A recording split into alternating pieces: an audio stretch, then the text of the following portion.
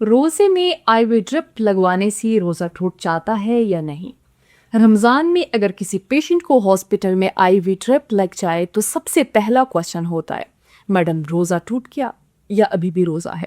آج ڈاکٹر کی نظر سے ہم اس کنفیوژن کو دور کرنے کی کوشش کریں گے کہ آئی وی ڈرپ بیسیکلی کیا ہوتا ہے۔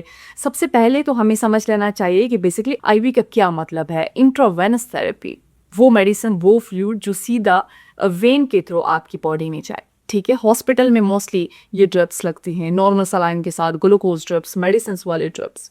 کیا اس سے روزہ ٹوٹ جاتا ہے؟ اسلامک پوائنٹ آف ویو سے بات نہیں کروں گی، میڈیکلی اس چیز کو دیکھیں گے۔ یہاں ایک امپورٹنٹ ڈفرنس سمجھنا بہت ضروری ہے۔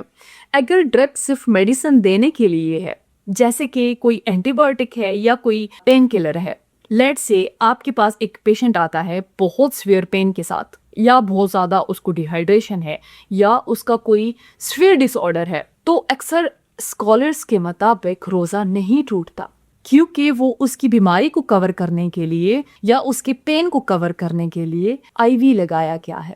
لیکن اگر اوورآل ڈرپ کسی نیوٹریشن یا انرجی دینے کے لیے دیا گیا ہو، جیسے کہ کوئی گلوکوز ڈرپ جو باڈی میں فوڈ جیسی یعنی کہ خوراک جیسی انرجی دیتی ہے، تو زیادہ اسکالرس کے مطابق روزہ ٹوٹ جاتا ہے۔ اسلامک پوائنٹ آف ویو سے اس پہ میں کوئی بات نہیں کروں گی، لیکن میڈیکل پوائنٹ آف ویو سے، میڈیکل پرسپیکٹو سے، اگر پیشنٹ کو ڈرپ کی ضرورت پڑ رہی ہے، یعنی کہ اگر ایسا ہے کہ پیشنٹ کو ڈرپ نہ لگایا تو پیشنٹ اللہ نہ کرے کولیپس کر سکتا ہے، تو یہ ایک نیسیسری چیز ہے، تو اکثر اس کا مطلب ہے کہ باڈی آلریڈی ویک ہے، ڈی ہائیڈریٹڈ ہے۔ ایسی سچویشن میں اسلام بھی پیشنٹ کو روزہ بریک کرنے کا یعنی روزہ توڑنے کی اجازت دیتا ہے، اور بعد میں روزہ قضا کیا جا سکتا ہے، رکھا جا سکتا ہے۔ اس لیے اگر کسی کو رمضان میں ہاسپٹل میں ڈرپ لگ جائے تو پینک کرنے کی ضرورت نہیں ہے۔ ہیلتھ سب سے امپورٹنٹ ہے، اگر ٹریٹمنٹ ضروری ہو تو لے لیں، بعد میں روزہ دوبارہ سے رکھ سکتے ہیں ٹھیک ہونے کے بعد۔ رمضان میں